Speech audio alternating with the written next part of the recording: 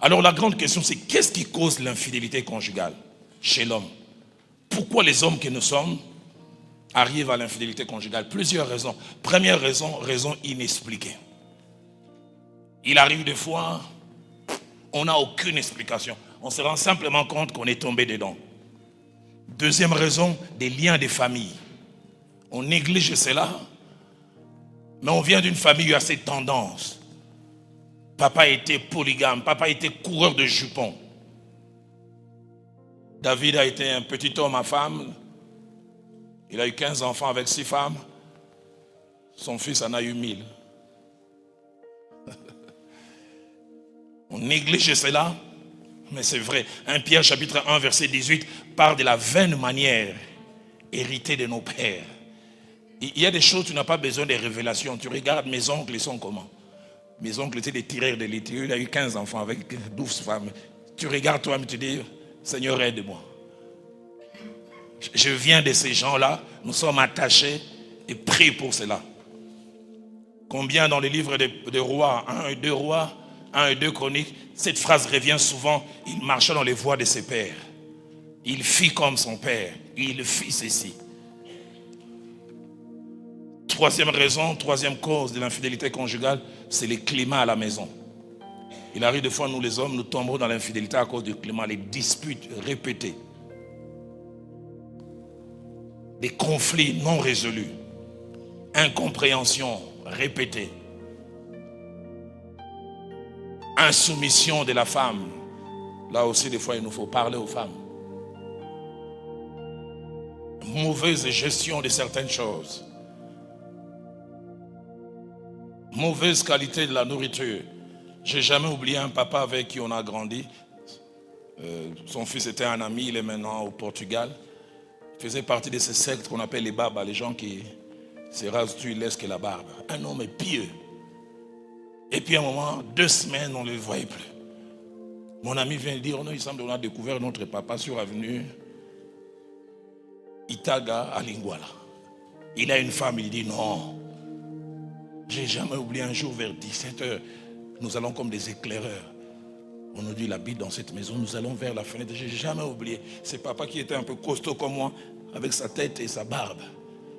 Il était porté par une petite femme. Je pense qu'il devait peser dans les 90. Cette femme devait avoir 50 kilos. Il est porté, la femme lui faisait porter une bavette. Et il faisait manger, comme un petit bébé. Moi, je vois ce papa.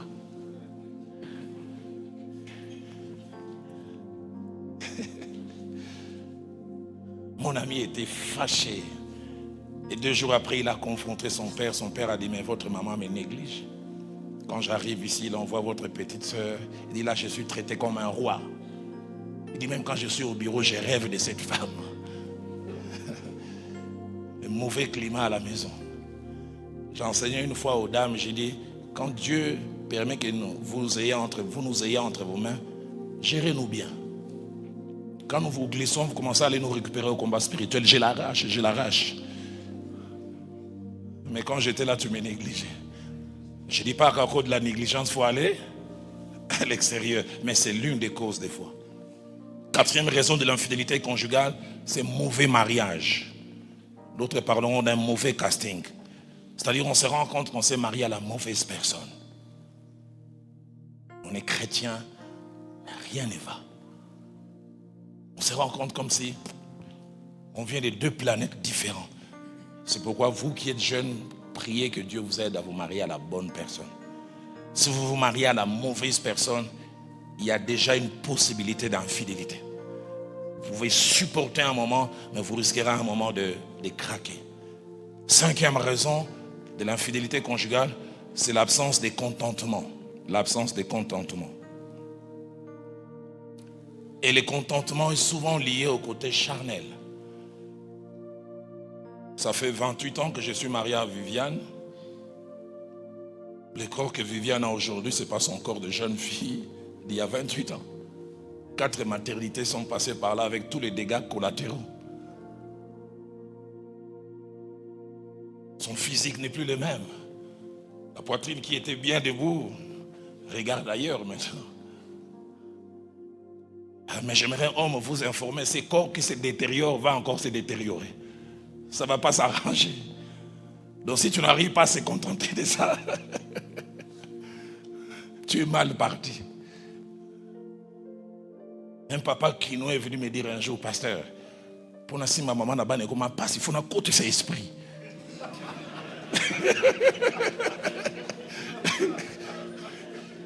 Et dit des fois sur la télé, mina somo na ka to ko kalinga na ye. Ndike mibale na mibale. Mais tu es obligé de te contenter d'elle. Si maternité, nous on est attiré quand la poitrine est là debout, ça ne viendra plus debout. Et apprendre à se contenter, à dire Seigneur, aide-moi à trouver mon plaisir dans le... Un homme rigole très fort là derrière. Tu as des problèmes comme ça?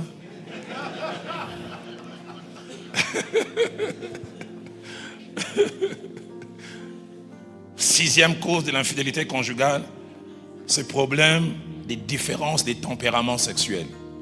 Différences des tempéraments sexuels. Les psychologues qui ont étudié les couples disent, en termes de sexualité, nous avons 4 types de personnes. Premièrement, on a les très chauds. Les très chauds, ils peuvent aller sexuellement sur les 7 jours de la semaine, 6 fois. Et des fois, les 6 fois-là, des fois 2 fois par jour. Ils n'ont ni un démon, ni un problème. Dieu les a créés comme ça. On les appelle Iveco, les véhicules qui ne connaissent pas la fatigue.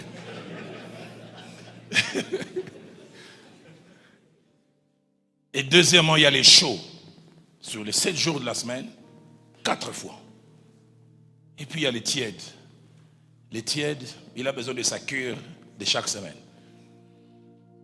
Sur les 4 semaines du mois, c'est 4 rapports. Et puis il y a les froids, que j'appelle le monsieur l'abbé. Il t'a touché le 2 avril, il faudrait attendre encore le 2 mai.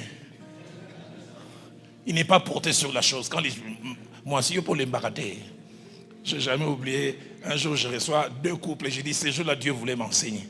Je reçois le premier couple à 15h, le deuxième couple à 15h30. Le premier couple à 15h, quand ils entrent, la femme est en train de trembler. Elle dit, pasteur, votre frère, même s'il a payé toute la dot. Non, ça c'était le deuxième. La première qui vient, pasteur, est-ce que je sais que tu es spirituel, je ne demande pas de m'envier. Est-ce que je ne suis pas belle? Je dis, oui, maman, tu es belle. Mais votre frère, c'est pourquoi il ne me touche pas. À peine. Je suis jeune, les gens m'attirent. Je demande au frère, il dit, mais pasteur, moi c'est Dieu qui m'a créé comme ça. Et je les conseille, je dis, frère, fais un effort. Cet aspect des choses, ça compte énormément. Ce jour-là, Dieu voulait m'enseigner. 30 minutes après, un deuxième couple entre. La femme fâchée. Il dit, pasteur, même s'il a payé toute la dot, est-ce que je ne peux pas me reposer? Par jour, 3 fois. Par semaine, 20 fois. Et les frères bougeaient seulement. Il m'a dit, pasteur, d'autres réclament ça, moi je lui donne, elle se plaint.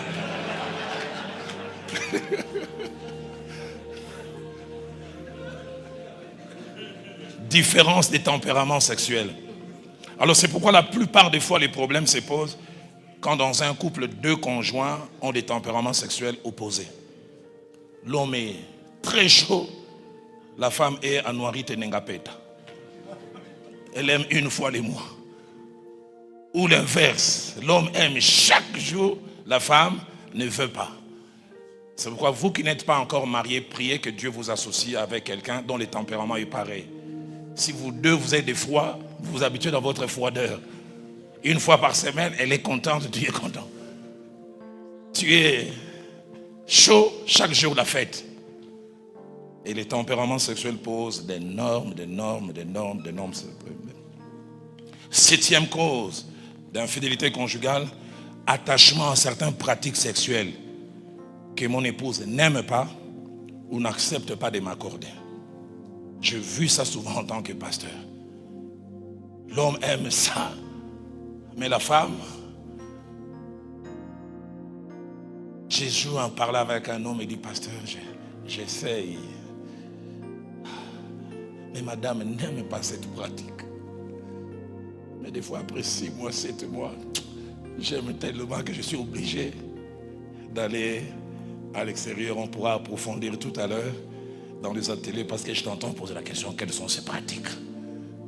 On On en parlera dans les ateliers si on a le temps.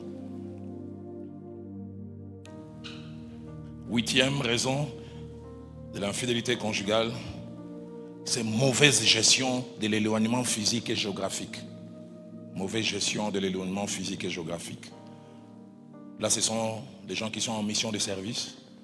On t'envoie 2 semaines à tel endroit, 6 mois. J'ai trouvé des frères aujourd'hui, il est ici, il travaille dans les systèmes des Nations Unies, on l'a envoyé au Niger, où il y va pour 6 mois et il revient des fois pour 2 semaines. Durant ces 6 mois, qu'il y a des choses qui se passent. Parce qu'entre-temps, tu as une voisine kenyane. Wanjiro. L'éloignement physique, les mutations. Des hommes qui ont laissé leur femme à tel endroit et qui vont à tel autre endroit. L'éloignement physique, ça laisse les hommes que nous sommes vulnérables, surtout si on est hyperactif sexuellement. J'ai vu des hommes quelquefois commencer à tomber dans la pornographie. Je ne veux pas tricher, mais je me plais, je regarde simplement. J'ai vu même des hommes les plus forts, même spirituellement, commencer à se masturber. Parce que je veux. Et 9e et dernière raison, parmi les causes de l'infidélité conjugale, c'est mauvaise gestion des périodes de troubles qui peut arriver dans un couple. Mauvaise gestion des périodes troubles. Quelles sont ces périodes troubles? Je suis actif sexuellement, mais madame a une grossesse à problème. Et les médecins disent non, les 3 premiers mois ne la touche pas. Sinon vous risquez de perdre la grossesse. Mais toi tu aimes chaque jour. Elle est malade physiquement. Je me souviens d'un homme, sa femme avait des myomes sur les 30 jours du mois. Les sangs pouvaient couler des fois 20 jours. Ça coule aujourd'hui, ça arrête 2 jours et puis ça revient. L'homme commence à être fatigué. Elle a des problèmes gynécologiques, infections, des cycles qui ne marchent pas bien.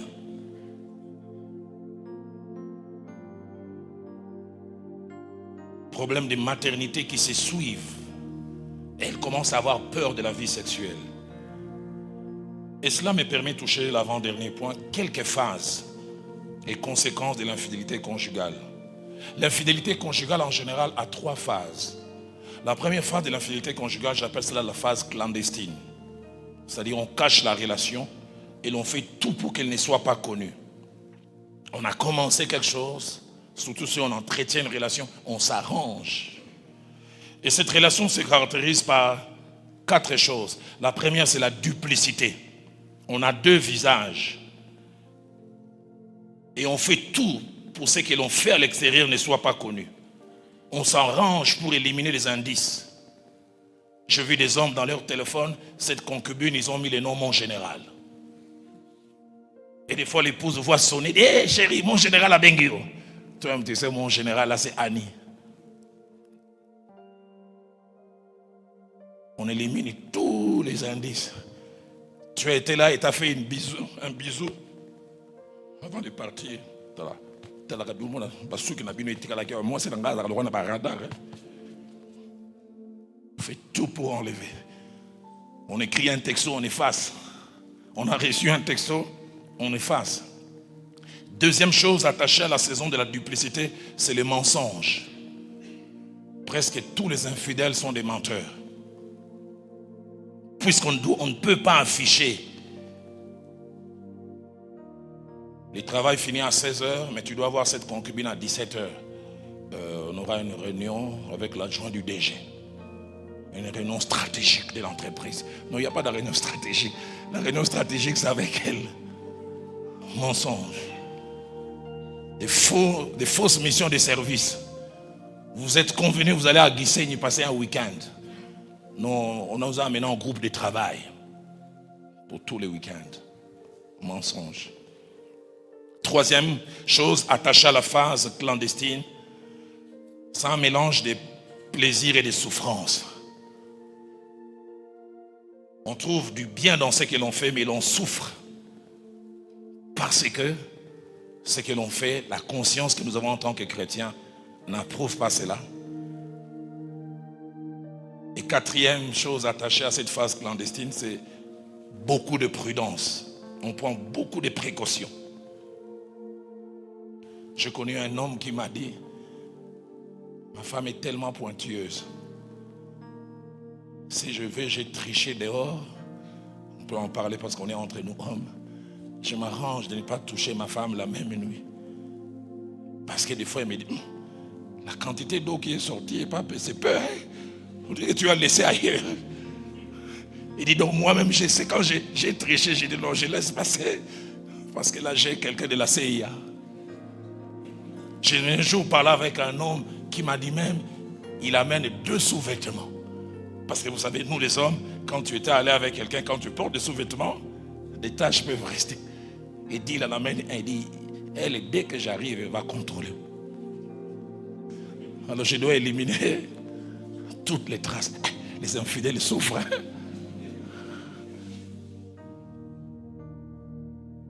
Deuxième phase de l'infidélité, c'est la phase de découverte.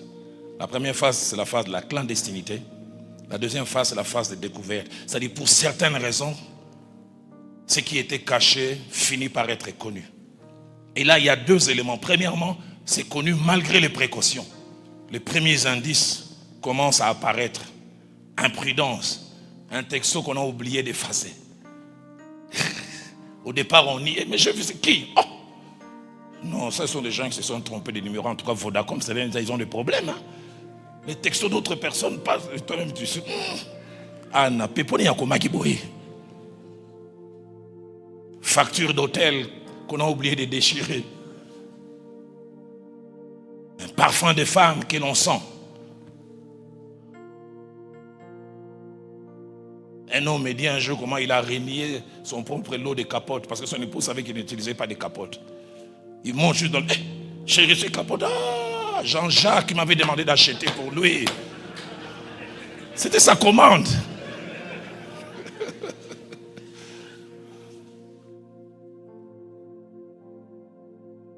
Malgré les précautions, les choses sont connues. Mais deuxièmement, des indices forts et que l'on ne peut pas nier apparaissent. Photos explicites, textos explicites. Et en général, quand les preuves irréfutables sortent, nous avons 2 types d'hommes. Premièrement, les hommes honnêtes, qui ont difficile à tricher parce que la tricherie n'est pas leur habitude. Ils avouent directement. Chérie, pardonne-moi.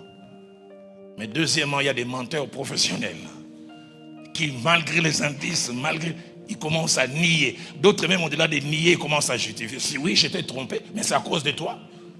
Est-ce que tu me laisses te toucher? Au lieu qu'il avoue, il commence à se rendre victime et à faire retomber la faute sur l'autre. Troisième phase de l'infidélité, c'est la phase finale. Cette phase finale qui a aussi 2 aspects. La première phase, c'est la rupture. Et ça, c'est surtout les bons chrétiens. Il est découvert et il sait que ça, c'est pas son style de vie. Il veut rompre. Je dois arrêter. Et là, j'ouvre une parenthèse et j'ai vu ça avec mon expérience en tant que pasteur. Les infidèles, des fois, ils prennent la décision sincère de rompre, mais ce n'est pas si facile. Parce que tu promets à ta femme de rompre, mais il faudrait aussi aller convaincre l'autre.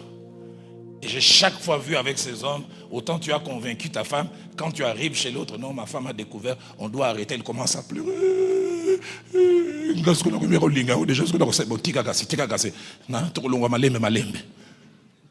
Autant tu as promis de l'autre côté, autant ça devient, c'est pour cela je vous encourage, n'ouvrez jamais cette porte. Parce que pour en sortir, c'est difficile. J'ai plus de 29 ans dans la pastorale, j'ai vu des gens être détruits. C'est la rupture. Mais deuxième option, ça c'est les hommes qui n'arrivent pas, ils officialisent la deuxième relation. Les uns rompent parce qu'il est chrétien, il ne veut pas. Mais les autres disent, en tout cas moi j'arrive pas. Soit tu acceptes qu'elle soit là, et prie pour que Dieu m'aide. Alors je termine avec le dernier point, avant de toucher la conclusion, conséquences de l'infidélité conjugale. L'infidélité conjugale n'est jamais sans conséquences. Jamais. Jamais. Proverbe 6, versets 27 à 29 dit, quelqu'un marchera-t-il sur du feu sans se brûler? Quelqu'un va-t-il mettre du feu dans son sein sans que ses vêtements s'enflamment?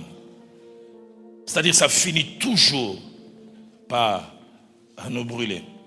Et parmi les conséquences qui peuvent s'attacher à l'infidélité conjugale, les conséquences touchent d'abord nous-mêmes, ça touche notre conjointe, ça touche nos enfants si nous en avons, mais ça touche aussi l'Église et les témoignages de l'Église. Et surtout si tu as des responsabilités. Ça touche la personne avec qui nous faisons ces choses. Et puis ça touche aussi notre Dieu. Romains chapitre 2, verset 24 dit, les noms de Dieu est blasphémé à cause de vous parmi les païens. Et rapidement, je cite ces conséquences qui s'attachent à l'infidélité conjugale. Premièrement, l'infidélité conjugale a des conséquences économiques. Parce que la vie double a un coût économique. Pour entretenir une autre relation, il faut de l'argent. Et je me suis souvent rendu compte dans les entretiens avec les hommes, les femmes qui trichent sont demandeuses terriblement. Et des fois, elles demandent plus que les officiels. Premièrement, un coût économique. Deuxièmement, ça a un coût moral. Ça vous amène au mensonge, à la fausseté, à la duplicité. Vous devenez mal à l'aise. Vous-même, vous savez ça, je suis en train de mentir. Troisièmement, ça a des conséquences physiques. Qu'est-ce que je dis par conséquences physiques? L'infidélité vous oblige à assumer sexuellement à la maison, mais à assumer aussi à l'extérieur. Ce qui fait que la plupart des infidèles se dopent. Des grands clients des pharmaciens. Il faut chercher des fortifiants. Surtout pour que les indices ne se montrent pas. Madame sait que je la trouve 4 fois par semaine. Je dois garder le rythme des 4. Or avant de venir, l'autre là m'a demandé 3. Alors, il faudra aussi que j'assume à la maison. Un coût physique, conséquences physiques. Et quatrièmement, conséquences spirituelles. La culpabilité. Rupture de la communion avec Dieu. Et surtout si on est dans l'œuvre de Dieu. Avant-dernière conséquence, conséquence chez la femme. On peut amener des maladies vénériennes. On peut amener le sida. Et puis il y a la souffrance émotionnelle quand la femme finit par découvrir. Malachie 2, 13 dit, vous couvrez des larmes l'autel de l'Éternel, des pleurs et des gémissements. J'ai jamais vu une aussi grande souffrance qu'une femme qui découvre que son mari trompe. 9 fois sur 10, une femme qui l'on trompe cherche toujours à voir l'autre. Le but c'est, je vais voir qu'est-ce qu'elle a de plus que je n'ai pas. Et autre conséquence, ça touche les enfants. Les enfants qui sont abandonnés. Un jeune homme est venu me voir dernièrement 11 ans dans un pays d'Afrique où j'étais, son père est pasteur. Et vous savez, les enfants d'aujourd'hui, ils sont très très forts en informatique. Ils jouent avec les téléphones de son père. Je ne sais pas comment ils font, moi je ne connais pas bien l'informatique. Il m'a dit qu'il était capable de rentrer même dans les messages effacés. Et dans les messages effacés, les jeunes gens d'aujourd'hui sont très très high-tech. Il a vu les textes de son père, pasteur, avec une dame. Et puis il a vu les photos que cette dame nue envoyait à son père. Il est venu même au bureau, il dit, je vais te montrer. Je dis non. Il dit, ça fait 3 semaines, je ne vais plus dans l'église. Hypocrite, menteur. Je voulais en parler à maman, mais je dis, je vais briser leur couple. Il dit, chaque fois que je le vois, ces derniers temps, il ne sait pas, je suis devenu impoli. Mais le but, c'est qu'il a détruit quelque chose en moi. Quand j'entendais cela, je dis, Seigneur, aide-moi. Mais ça peut aussi toucher l'église, surtout si nous avons des responsabilités. Je me tiens ici devant, tu te tiens ici devant. Tu triches avec une fille à cause de toi. Nous tous, on sera traités comme de moins sérieux. Ce diacre-là, je fais ça avec lui. Qui ne dit pas que Dalo aussi fait ça. Alors, comment se protéger de l'infidélité conjugale? C'est le dernier point et je conclus. La première des choses, j'aimerais dire, ce n'est pas toujours facile de se protéger de l'infidélité conjugale.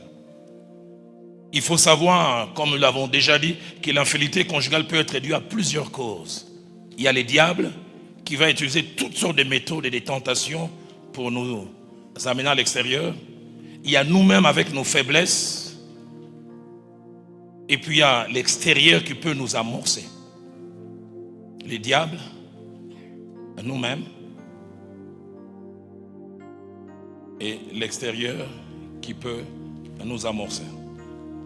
Par rapport à nous-mêmes, comment nous protéger? Il nous faut nous connaître. Il nous faut nous connaître. Quel genre de femmes peuvent t'attirer? Vous savez, le diable nous connaît. Il dit que telles, ce qui l'intéresse sont des femmes claires de teint. Telles, c'est les femmes qui l'intéressent qui ont de grosses poitrines. Le diable t'enverra les calibres qu'il te faut. Il y a des femmes, tu ne pries même pas, tu les vois, tu loues Dieu. Alléluia. Mais il y a d'autres, quand tu les vois, tu commences à chanter Sungangaye, Sungangaye. Nous connaître nous-mêmes. Et ne pas ouvrir la porte à certains comportements. Pas de légèreté. Ni en comportement, ni en parole. Et par rapport aux autres, ne jamais se croire fort. Le pasteur Verdon me disait, dans le domaine sexuel, il n'y a pas d'hommes forts, il n'y a que des hommes prudents. Il n'y a pas d'hommes forts, il n'y a que des hommes prudents. Ne jamais minimiser les attaques.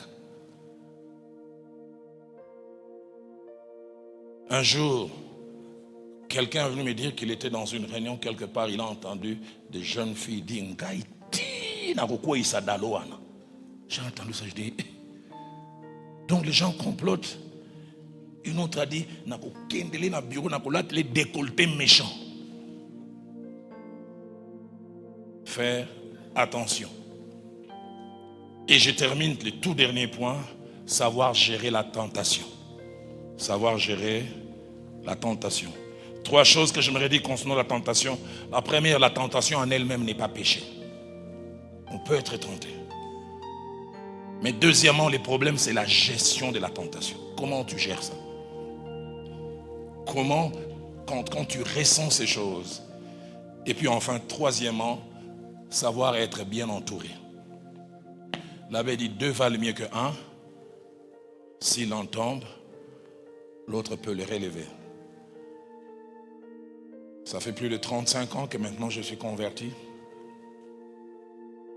33 ans dans le ministère. 29 ans dans le ministère pastoral. J'ai 2 amis. Pasteur Kalika Senda et Pasteur Honoré. Ça, ce sont les gens devant lesquels je me trouve nu. Je me souviens quand je commençais à sentir cette attraction vers cette jeune fille. Je suis allé vers Honoré. Il s'appelle Honoré Kenabant. Moi, je l'appelle Ashka. Je dis Ashka, sauve les Congos. Sauve les Congos. Je dis l'homme de Dieu que tu respectes là. J'ai dit ces derniers temps, c'est terrible.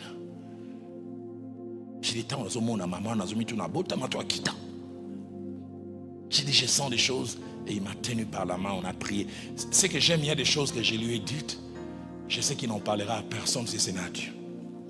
Et le grand problème, surtout nous en tant qu'enfants de Dieu, surtout serviteurs de Dieu, on ne sait pas à qui vais-je m'ouvrir. Qu'est-ce qu'il va faire de ce que je lui dis. Mais il y a certaines batailles, tu ne peux pas les gagner seul. Tu dois à un moment chercher un partenariat. Je me souviens de cet homme de Dieu qui est venu me voir et de prier pour nous. Je sens une attraction terrible vis-à-vis de la petite soeur de ma femme. Et il était sincère avec moi. Il dit, moi, mon côté faible, c'est la poitrine de la femme. Plus c'est gros, plus c'est debout. Il dit, la petite soeur là, waouh. Il dit, je l'appelle même Obélix.